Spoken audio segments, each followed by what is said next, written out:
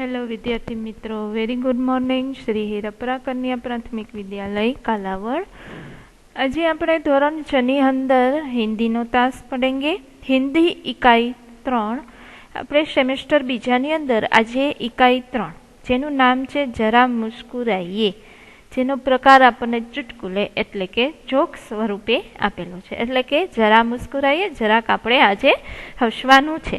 વિદ્યાર્થી મિત્રો, નાના કે મોટા બધા લોકોને હસવું તો બહુ જ ગમે છે. એમાં સૌથી વધારે જે જોક્સ સાંભળવાનું અને હસવાની મજા આવે તો તમારા જેવા વિદ્યાર્થીઓને. તો આજે આપણે હસીને આનંદ લેવાનો છે. તો આપણે શરૂઆત કરી દઈએ ઇકાઈ 3 જરા મુસ્કુરાઈએ, જેની અંદર આપણે થોડુંક હસી અને આનંદ લેવાનો છે. तो जीवन में हास्य की बहुत ही महत्व है. जीवन ની અંદર હાસ્યનું ખૂબ જ મહત્વ રહેલું છે. હાસ્ય જીવન કે દુઃખ को भुलाकर नई उमंग भर देता है. હાસ્ય છે એ જીવનના દુઃખને ભૂલાવી અને નવી ઉમંગ છે એ આપણા જીવનની અંદર ભરી દે છે. હસને से हमारा जीवन भी और सेहत भी स्वस्थ रहता है, अच्छा रहता है हमारा जीवन. आइए कुछ ऐसे चुटकुले पढ़े और आपको मुस्कुराने के लिए मजबूर करेंगे. એટલે કે આપણે હસવા માટે આજે મજબૂર થઈ જવાનું છે.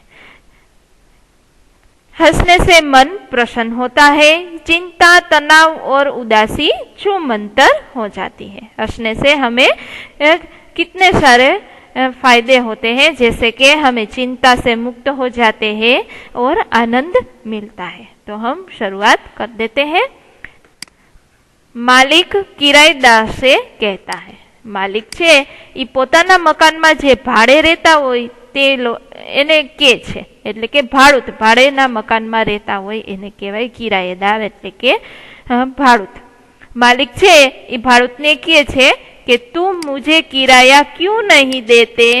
मालिक ભાડુતને કહે છે કે તમે મને ભાડું કેમ આપતા નથી. એટલે કિરાયેદાર કહે છે, એટલે કે ભાડુત કહે છે, આપને ही तो कहा था इसे अपना ही घर समझना. એક જોક્સ બની ગયો કે તમે તો કહ્યું હતું કે આને તમારું ઘર જ સમજજો, એટલે તે ભાડું દેતા નથી. જે મકાનમાં ભાડે રહીએ છીએ એનું ભાડું છે એ દર મહિને આપણે માલિકને આપવું પડે, તે આપણે જાણીએ છીએ. પણ માલિકે તો એવી રીતના કીધું હતું કે તમે શાંતિથી અને સુખીથી અહીંયા રહેજો, આને તમારું જ ઘર માનજો. પણ ભાડુત છે એ ઊંધું સમજે છે અને એક હાસ્યના સ્વરૂપમાં બની જાય છે કે તમે તો કીધું હતું કે આને તમારું જ ઘર માનજો. ત્યાર પછી જોઈએ સોનુ કા સિર ફટ ગયા. સોનુનું માથું છે એ ખૂબ જ દુખે છે. સોનુના માથામાં ઈજા થઈ. ડોક્ટરે સોનુ સે કહા. ડોક્ટરે સોનુને કહ્યું યહ કેસે હુઆ, આ કેવી રીતે થયું. સોનુએ ડોક્ટર સે કહા, એટલે કે સોનુએ ડોક્ટરને કહ્યું મેં પથ્થર સે ગિલ ઠોક રહા થા, એક आदमी ने मुझसे कहा गधे कभी खोपड़ी का भी इस्तेमाल कर लिया कर. હું પથ્થર વડે કિલ એટલે કે ખીલી છે એ ઠોકી રહ્યો હતો. એક માણસે મને એમ કહ્યું કે ગધેડા ક્યારેક તો ખોપડીનો પણ ઉપયોગ કર. એટલે હથોડી છે એ ખોપડીમાં મારી દીધી. એટલે સોનુનું છે એ શું થઈ ગયું, માથું છે એ ઈજા થઈ ગઈ માથામાં. એટલે આ એક પણ હાસ્ય જ થઈ ગયું. ખોપડીનો એટલે કે મગજનો એને ઉપયોગ કરવાનું કીધું, તો એને બદલે એને હથોડી છે એ પોતાના માથા ઉપર મારી દીધી. એટલે એક જોક્સ થઈ ગયો. પછી ત્યાર પછી જોઈએ આપણે આગળ ચિત્ર આપેલું છે. ચિત્ર જોઈ અને આપણે જોવાનું છે કે એમાં આપણને કયો જોક્સ બતાવેલો છે. જોઈએ આપણે ચિત્ર સરસ આપેલું છે. બે ચિત્ર આપેલા છે. એમાં આપણે સૌ પ્રથમ પેલા ચિત્રમાં જોઈએ કે જરા ઊંચા બોલો. ફોનની અંદર વાત કરે છે એક માણસ અને ફોનમાં કહે છે કે જરા ઊંચા બોલો, એટલે કે જરાક જોરથી બોલો. माफ करे अंकल, इससे ऊंचा होकर मैं नहीं बोल सकता। એટલે માફ કરો અંકલ, હું આનાથી ઊંચો થઈ અને હવે બોલી શકીશ નહીં. પણ સામેવાળા અંકલ છે એ ફોનની અંદર એમ કહેતા હતા કે જરાક જોરથી બોલ, કે જેને કારણે એને સંભળાતું નહોતું. પણ આ વ્યક્તિ છે એ ટીપાઈ ઉપર ટેબલ ઉપર એના ઉપર પાછું ટેબલ ને એના ઉપર ચડીને બોલે છે અને પછી કહે છે કે હું હવે આનાથી ઊંચો થઈ અને બોલી શકીશ નહીં. તો આ પણ એક જોક્સ બની ગયો. ત્યાર પછી જોઈએ આપણે બીજા ચિત્રની અંદર આપણને શું બતાવે છે કે બે ચિત્ર આપેલા છે.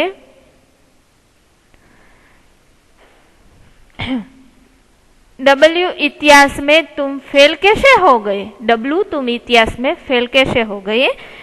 मुन्नाना पप्पा छे ई पूछे छे कि तू आ इतिहास में नपास केवी रीते थयो? तो जवाब आपे छे क्योंकि सभी प्रश्न उस समय के पूछे गए थे जब मैं पैदा भी नहीं हुआ था.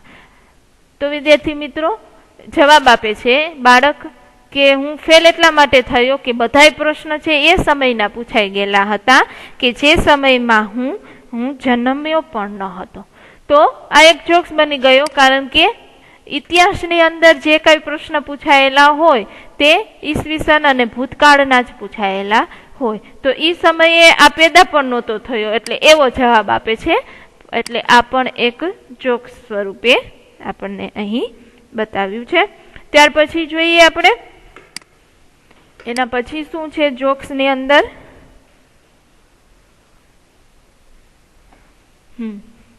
मुन्ना कहता है पापा कल मैंने रात के 1:30 बजे तक पढ़ाई की. मुन्ना કહે છે પપ્પા મેં કાલ રાતે 1:30 વાગ્યા સુધી પઢાઈ કી એટલે કે અભ્યાસ કર્યો. પિતાજી કહે છે શાબાશ બેटे. पिताजी बोले छे शाबाश दीकरा, लेकिन रात को 11 बजे के बाद तो सारे मोहल्ले की लाइट चली गई थी. लेकिन એટલે કે પરંતુ રાતના 11 વાગ્યા પછી તો બધાય મોહલ્લાની લાઈટ જતી રહી હતી. તો તે રાતના 1:30 વાગ્યા સુધી ક્યાંથી વાંચ્યું હોય?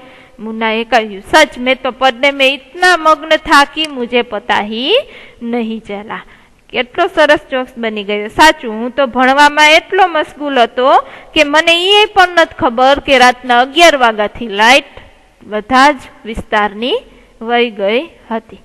હવે જોઈએ આપણને એક ચિત્રમાં આપેલું છે ડાકખાના, એટલે કે જ્યાં આપણે ટપાલ નાખીએ છીએ તે. મેં ડાક ખાને જા રહા હું. માણસ કહે છે ટપાલી કે મેં ડાક ખાને જા રહા હું. तो एनो जवाब आपे है ओ कितना भूखा है कि कागज पत्र भी खा रहा जाता है. तो आनो अर्थ एम थाय छे के हूँ ओहो केटलो बधो भूखो हशे कि कागळ अने पत्र पण खाई जाय छे. એટલે કે છે કે હું ડાક ખાને જા રહા હું. ડાક ખાને યાને ટપાલ પેટીમાં ટપાલ કાઢવા માટે ટપાલી જાય છે, જેને હિન્દીમાં કહેવાય ડાક ખાને ટપાલ પેટી. પણ આ વ્યક્તિ એમ સમજે છે કે તે કેટલો બધો ભૂખો હશે કે ડાક ખાવા જાય છે. એટલે એનો જવાબ એમ આપે છે કે એટલો બધો ભૂખો છે કે તે છે એ કાગળ અને પત્રો ખાવા માટે જાય છે. હવે જોઈએ તો આપણા અહીંયા થોડાક એવા મજાના ચુટકુલે એટલે કે જોક્સ પૂર્ણ થાય છે. ત્યાર પછી જોઈએ अभ्यास. तो अभ्यास ની અંદર આપણને શું કહ્યું છે कि सामयिकों अखबारों माथी चुटकुले पढ़िए और कक्षा में सुनाइए. आपने जो चुटकुले सुने या पढ़े हैं उन्हें लिखिए. હવે વિદ્યાર્થી મિત્રો તમારે આ અભ્યાસની અંદર શું કરવાનું છે? પ્રશ્ન નંબર 1 માં કોઈ પણ પુસ્તક હોય તમારી પાસે એમાંથી અથવા તો કોઈ છાપામાંથી ન્યૂઝપેપરમાંથી તમારે જોક્સ ગોતવાના છે અને તમારે હિન્દીની પાકી બુકની અંદર લખવાના રહેશે. प्रश्न नंबर 2 में જોઈએ कि निम्नलिखित परिच्छेद में से मुहावरे ढूंढना है और उनके अर्थ देकर वाक्य में प्रयोग करने हैं. मुहावरे यानी कहवतें. कहवतें हमें ढूंढनी है और वाक्य में प्रयोग करना है. तो चलो हम ढूंढते हैं. रमेश पढ़ाई में होशियार लड़का है, इसलिए रमेश पिताजी का आंखों का तारा है. एक ये के मुहावरे ढूंढ लिया हमने. इसके बाद इस साल रमेश के कमर कस के परीक्षा की तैयारी की है। कमर कस के, ये दूसरा। जब वह परीक्षा देने गया तो उसका दर्द का चांद, ईद का चांद मित्र महेश का नंबर भी उसके नजदीक था। महेश आस्तीन का शाप निकला और ईद का चांद होना यानी बहुत प्रिय होना, बहुत दिन बाद मिलना, सॉरी, ईद का चांद मित्र એટલે કે बहुत दिन बाद मिलना। उसके बाद आता है आस्तीन का शाप એટલે કે कपटी मित्र। और अध्यापक की नजर चुरा के रमेश की कापी में से नकल कर रहा था। नजर चुराना। उसके बाद आता है उस वक्त अध्यापक ने देखा और वे आगे बबूला हो गया, आग बबूला हो गया, बहुत क्रोधित हो जाना। अब विद्यार्थी मित्रों, आपको इस मुहावरे के अर्थ लिखने हैं और उसका वाक्य में प्रयोग करना है हिंदी की बुक्स में। उसके बाद देखते हैं कि प्रश्न नंबर 3 में हमें दिया गया है कि रेखांकित शब्दों के लिंग बदलकर वाक्य फिर से लिखना है। लिंग को बदल देना है। हमने आगे के चैप्टर में सीखा था लिंग परिवर्तन, तो इसमें आपको लिंग बदलाकर वाक्य को फिर से लिखना है। जैसे कि हम पहला वाक्य देखते हैं, मेरे दादाजी यात्रा पर गए थे। तो ये दादाजी की लिंग बदलना है और यहाँ आ जाएगा दादी जी। दादी जी लगाकर हम वाक्य को फिर से लिखेंगे, जैसे कि मेरी दादी जी यात्रा पर गई है। उसके बाद एक आदमी ने मुझसे कहा, आदमी का लिंग परिवर्तन होगा औरत। एक औरत ने मुझसे कहा। उसके बाद तीसरा वाक्य, लेखक कहानी लिख रहा है। लेखक का लिंग परिवर्तन होगा लेखिका। लेखिका कहानी लिख रही है।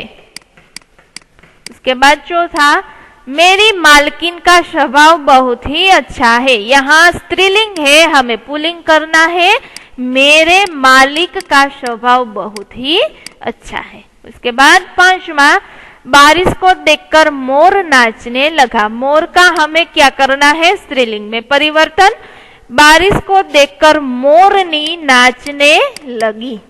उसके बाद छठा, जंगल में शेर दहाड़ रहा है। जंगल में शेरनी दहाड़ रही है। शेर का क्या हो जाएगा, शेरनी। उसके बाद सेठ दुकान में बैठे हैं। सेठानी, सेठ का क्या हो जाएगा, सेठानी दुकान में बैठी है। अध्यापक पढ़ रहे हैं। अध्यापिका पढ़ रही है। स्त्रीलिंग का पुल्लिंग और पुल्लिंग का स्त्रीलिंग करके हमको वाक्य को फिर से लिखना है। पंडित रामायण सुनाने लगे। पंडित का क्या होगा, पंडिताइन। पंडिताइन स्त्रीलिंग हो जाएगा। उसके बाद लड़का दुकान के पास खड़ा है। लड़का का स्त्रीलिंग होगा लड़की। लड़की दुकान के पास खड़ी है। तो ऐसे हमें वाक्य को फिर से लिखना है लिंग परिवर्तन करके। आगे देखते हैं। उदाहरण के अनुसार शब्द का 4 वाक्यों में प्रयोग करना है। जैसे कि घर, तो मेरा घर सूरत में है। मुझे अपना घर बहुत पसंद है। मेरे घर में 3 कमरे हैं। मैं अपना घर साफ रखता हूँ। उसी तरह आपको बाग शब्द जो दिया गया है, तो बाग का इस तरह आपको 4 वाक्य बनाना है। उसके बाद प्रश्न नंबर हम 5 देखते हैं, जिसमें कहावतों के अर्थ दिए गए हैं।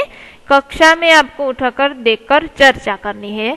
तो हम इसकी चर्चा अपनी बुक में लिखेंगे कि अक्ल बड़ी या फिर शरीर बड़ा होने की अपेक्षा अक्ल बड़ी होती है। तो इसका आपको अर्थ आपकी हिंदी की बुक्स में लिखना है। उसके बाद हम आगे बढ़ते हैं।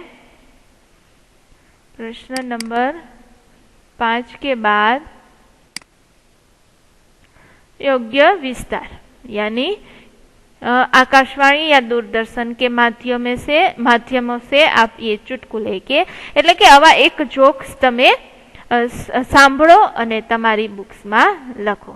પછી પાઠશાળાની અંદરથી સામાયિક અખબારને ભેગા કરો અને એમાંથી ચુટકુલો એટલે કે જોક્સ ગોતી અને એનો સંગ્રહ કરો. એટલે કે તમે અત્યારે ઘરે છો એટલે ઘરેથી તમે આ જોક્સ છે એને તમે ભેગા કરજો. તો અહીં આપણું આ એક જરાક હસીએ એવો ચેપ્ટરને પૂર્ણ કરીએ છીએ. Thank you.